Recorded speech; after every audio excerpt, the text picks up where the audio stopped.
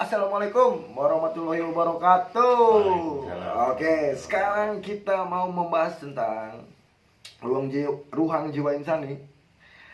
Apa sih yang disebut namanya gangguan jiwa menurut versi undang-undang ya?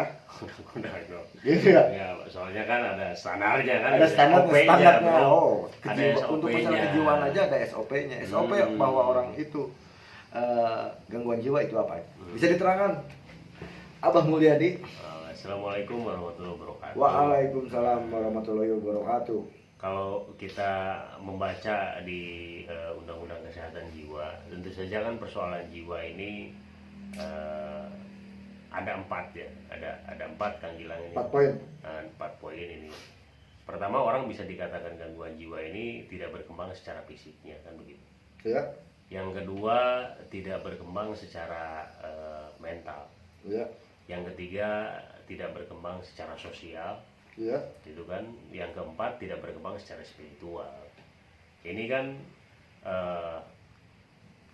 Undang-Undang Kesehatan Jiwa itu menjelaskan betapa persoalan spiritual juga ini sangat luar biasa peranannya, kan begitu, terhadap perkembangan jiwa manusia, kan begitu. Nah, misalnya orang tidak berkembang secara sosial. Nah, ini luar biasa juga. Bahwa manusia disebutkan sebagai makhluk sosial ini ketika misalnya tidak berkembang secara sosial, itu bisa dikatakan sebagai orang gangguan jiwa. Udah gitu. Oh, iya. Banyak ya mental seperti itu. Nah, itu maksud saya gitu. Ya, Jadi ya. saya kira memang Undang-Undang Kesehatan Jiwa ini bisa mewakili lah. Bisa mewakili cara berpikir orang yang akademisi ataupun non akademisi ketika bicara masalah kejiwaan, kan begitu. Namun jauh daripada masalah itu, memang persoalan jiwa ini sangat kompleks sekali. Iya. Sangat kompleks sekali, Kang Gilang, kan begitu. Coba bisa diterangkan antara poin 1 sampai 4 itu seperti apa definisinya gitu biar lebih terang gitu orang lain itu. Gitu kan, karena yang waras aja jarang kayak gitu kan, untuk sosialnya lemah, untuk ibadahnya lemah, untuk mentalnya melemah, kan gitu, endingnya bunuh diri aja. Misalnya begini, gitu kan. salah satu contoh yang bisa kita lihat, sederhananya begini. Kita melihat para psikotik jalanan, itu orang dengan gangguan jiwa yang selalu distigma masyarakat sebagai orang gila, itu kan, itu masyarakat tuh lepaskan stigma, itu harus stop stigma, kan begitu.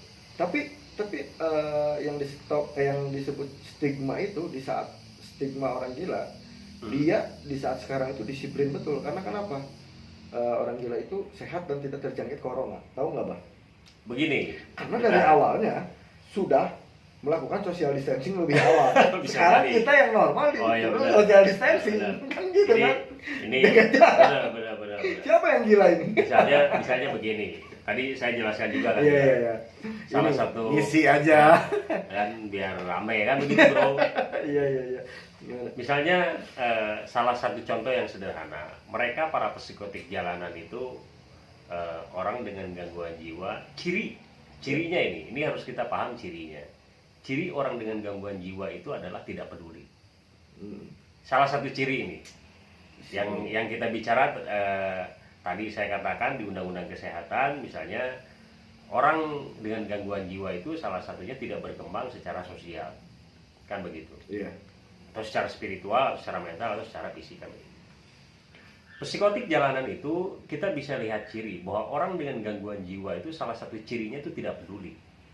Kenapa demikian? Misalnya gini, kan bilang, orang dengan gangguan jiwa psikotik jalanan itu ketika mereka tidak mandi, ketika misalnya punten rambutnya itu semerawut gitu kan, gimba sudah macam-macam gitu, kotor gitu kan, kadang-kadang nggak pakai baju dan celana. Itu karena apa? Karena mereka tidak peduli. Kan begitu. Betul. Itu karena mereka tidak peduli. Nah, itu salah satu ciri orang dengan gangguan jiwa itu tidak peduli. Sekarang kita tanya terhadap diri kita masing-masing. Kalau kita tidak punya peduli terhadap mereka, kita sama nggak? Nah, kan gitu. Itu maksud saya. Tujuannya itu apa kan? Itu maksud saya. Salah satu ciri orang dengan gangguan jiwa itu adalah tidak peduli. Betul. Sekarang tanya ke diri kita masing-masing. Anggaplah kita ini katanya orang waras. Kalau kita tidak peduli, apakah kita bisa dikatakan waras? Betul. Tapi itu masih dalam koridor satu, masalah kepedulian. Kan gitu kan. Yang kedua, masalah mental. 3 itu kan ada 4 Betul. SOP untuk bahwa saya itu Enggak, dari keempat kejiwaan, itu bisa kena. kita rangkum bahwa salah satu ciri yang paling dominan itu kita bisa lihat, masalah kepedulian. orang dengan gangguan jiwa itu adalah tidak peduli. Mereka sudah tidak peduli dengan dirinya sendiri. Bagaimana misalnya mereka akan peduli terhadap lingkungannya? Bagaimana misalnya mereka akan peduli terhadap sesamanya? Wong mereka ketika lapar saja harus mencari makan itu dari sampah.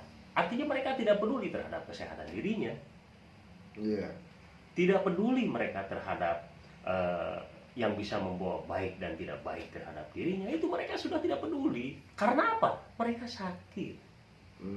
Itu Tapi maksud sangat saya. luar biasa ya, meskipun dengan ketidakpedulian, dengan cueknya dia berjalan di jalan banyak, tapi mereka sehat walafiat loh Pak. Itu suatu hal yang luar biasa yang kita ibaratnya orang yang sehat aja makanan dijaga sakit. Itu karena ketidaktahuan kita, seolah-olah kan mereka Gitu, sehat gitu loh. Oh. Nah, kan itu ketidaktahuan kita, wong mereka Sebagai jelas-jelas orang tidak awam sehat. kan kita melihatnya seperti Nah, itu. jelas-jelas mereka itu tidak sehat. Kalau mereka sehat nggak mungkin seperti itu. Nah, ini kan masalah lagi. Iya benar. Nah, itu maksud saya. Benar. Oh, jangan mudah membuat statement kan begitu. Iya. Nah, jelas-jelas mereka itu tidak sehat. Bagaimana mereka bisa dikatakan sehat? Betul. Ya kalau misalkan secara orang awam menilai gitu dia Ah. masih berjalan. Terus Ya. penyakit tidak ada yang fatal seperti sakit jantung apa-apa tidak ada. Ya Gitu kita kan. karena kita tidak Mungkin tidak tahu ya. Mungkin Karena kita tahu. tidak tahu. Ini salah satu pengalaman saya. Waktu itu ada waktu itu saya sedang nongkrong di sebuah Ya. tempat. Ini nongkrong di kawasan Dago, di atas lah dekat ke Tihos itu kan. Udah ada Gotios tuh. Dago Tihos itu kan. Saya lagi karena di situ kan banyak tempat yang asik lah kan untuk santai itu.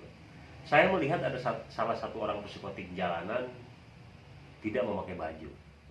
Tidak pakai baju. Ya bukan apa-apa.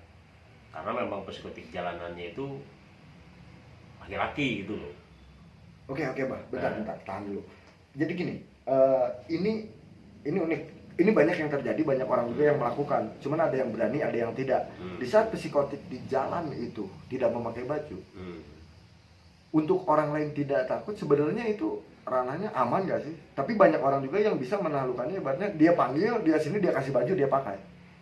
Nah, apabila kita melihat, apa yang harus kita lakukan? Ya, gini. Itu loh, Abah sebagai yang tahu gitu ya. Apa yang harus masyarakat ini kita lakukan gitu? Ya ini kan berkaca dari pengalaman. Iya. Berkaca dari pengalaman dan coba saya mempelajari, mencoba mempelajari mereka orang dengan gangguan jiwa kan begitu. Ketika waktu itu ada yang lewat, saya sedang nongkrong di Tihos itu, dekat Tihos itu, psikotik jalan itu tidak punya baju. Jiwa saya sebagai laki-laki, sebagai manusia tergerak. Tergeraknya kenapa? Wah, gue malu kan, ikut malu gitu loh, ikut merasakan malu secara pribadi ini. Tapi orang itu kan karena melihatnya, wah ini kan orang dengan gangguan jiwa, ya ngapain juga kan begitu. Tapi tetap kita sebagai manusia ada rasa, wah kayaknya ini harus dikasih baju kan begitu. Kalau lihat telanjang gitu kayaknya kurang ini gitu kan. Nah kawan saya itu bilang, Kang kasihin baju aja kan. Waktu itu ya kita kan baju cuman itu aja kan bilang kan yang dipakai aja. Nah teman saya ini ngapa kan si orang psikotik jalan itu terus aja gitu kan, nggak merasa, sepertinya memang tidak merasakan lelah gitu kan, karena memang ya memang seperti itu kan keadaannya. Akhirnya kawan saya ini belakang gitu kan, bawa itu sarung, kain sarung itu, kain sarung kan. Entah dari mana lah didapat kain sarung gitu kan. Kang ini lu ngapain nyuruh ke gua gitu kan. Ya ini temannya. Coba aja kan. Ini pengalaman kan, ini pengalaman. Nah, saya karena memang tidak itu ada naluri ternyata kan. Saya yakin meskipun dia keganggu jiwanya, setiap orang, tapi kalau misalnya dia bisa membedakan mana yang akan berbuat jahat, mana Iya. itu akan kembali ke diri kita. Iya. Saya niat baik untuk memberikan sarung supaya dia pakai kan begitu. Iya. Saya kejar si psikotik jalanannya ini, saya kejar orang dengan gangguan jiwa ini. Dia begitu noleh gitu kan ke saya, ada sih. Rasa panik ya. Saya rasa, takut juga gitu kan, ada. Tapi udahlah lillahi ta'ala aja gitu kan. Saya kasihin gini ya, diambil itu sarung, nggak dia pakai lagi ini kan, disampaikan di sini dengan bahasa saya, pakai itu sarung, pakai, saya bilang gitu kan. Dia nggak ngerti kan, cuma diginin aja. Ya akhirnya sama dia kan bukan dimasukin itu panggilan, itu digituin aja gitu kan. Nah, di penting nempel gitu kan, sambil gini kan gitu. Tidak jauh, sekitar kurang lebih 20 meteran lah. Itu dilepas lagi. Iya, terus dilepas lagi. Dibuang sama dia. Terus dibuang. Ya dia telanjang lagi. Telanjang lagi jalan. Nah, akhirnya setelah dari situ lewat ya. Saya mulai mencoba. Enggak takut ya, Pak? Nah, itu udah beres kan. Udah beres kan gitu. Nah, loh, kenapa nih? Ini masih terlihat, kita masih stay kan di dekat house itu 20 meter lah berjalan, itu dibuang, sarung itu dibuang gitu kan. Oh, ternyata orang dengan gangguan jiwa ini atau orang dengan skizofrenia ini ada semacam dorongan di otak yang tidak mampu mereka lawan. Jadi dorongannya itu ya harus telanjang misalnya, ya harus telanjang dia. Nggak bisa dia pakai pakaian, dikasih pun akan dibuang karena dorongan di dalam otaknya itu. Karena kan orang dengan gangguan jiwa, orang dengan skizofrenia ini ada semacam penyakit di otak gitu kan, penyakit saraf di otak, hingga misalnya ketika ada dorongan di otaknya untuk membunuh, dia bisa membunuh. Itu orang dengan gangguan jiwa, dorongan di otaknya lempar dia udah. Kalau dia lawan itu, dia akan merasakan sakit kepala. Nah begitu para psikotik jalanan. Itu ketika kita misalnya lihat, bagus kita karena punya empati kemanusiaan. Misalnya ketika melihat mereka telanjang, wajarlah kita tersentuh untuk memberikan pakaian. Tapi sekalipun kita memberikan pakaian kepada mereka, itu pasti akan dilepaskannya lagi. Karena dorongan di dalam otaknya itu untuk tetap telanjang. Nah, tapi minimal untuk masyarakat tidak usah takut, berikan saja lah pakaian, mau itu dipakai atau tidak, mungkin kemungkinannya kecil, tapi berikan dengan tidak usah ada rasa takut. Dikarenakan itu yang bermainnya nurani. Di saat kita memberikan tidak ada niatan jahat kan gitu kan. Di situ pasti terkena juga gitu kan ya. Insya Allah.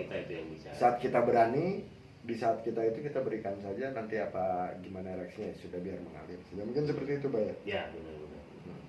Nah, itu mungkin topik dari kejiwaan ini bersama Abah Mulyadi. Jadi ada 4 poin untuk standarisasinya orang yang kejiwaan. Terus tadi juga Abah sudah menceritakan tentang orang yang di saat ada yang kena gangguan jiwa, dia telanjang, apa yang harus kita lakukan gitu kan. Kita berani karena kita ada nurani. Terus di situ, di saat kita tidak melakukan kejahatan, insya Allah dia pun mempunyai naluri bahwa ini bukan orang jahat dan tidak akan menyerang. Benar Gitu ya. Jadi hanya ketulusan aja dan keberanian kita. Mungkin seperti itu. Harus diawali dengan ketulusan. Diawalinya tetap dengan ketulusan. Mungkin seperti itu aja ya, Pak ya.